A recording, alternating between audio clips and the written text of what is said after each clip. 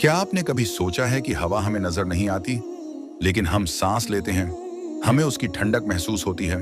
दरख्तों की जुम्बिश हमें बताती है कि हवा मौजूद है। हम इन निशानियों की वजह से हवा की मौजूदगी को मानते हैं, इसका इनकार नहीं करते।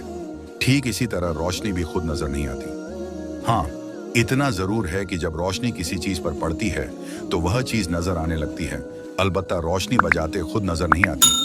तो क्या सिर्फ ना दिखने की वजह से हम हवा या रोशनी के वजूद का इनकार कर सकते हैं? बिल्कुल नहीं। अल्लाह ताला भी नजर नहीं आते, लेकिन उनकी निशानियां, उनकी कुदरत के आसार हर तरफ बिखरे हुए हैं। कभी आसमान की वुसअत देखो, कभी एक कतरा पानी में जिंदगी देखो, कभी दिल की धड़कन को महसूस करो, तो मालूम होता है कि कोई है जो यह सब चला रहा है। अल्लाह ताला फरमाते हैं, क्या अल्लाह के वजूद में शक है जो आसमानों और जमीन का खालिक है?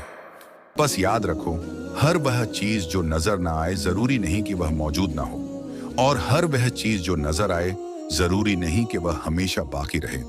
लेकिन अल्लाह न सिर्फ मौजूद है, बल्कि हमेशा से है और हमेशा रहेगा।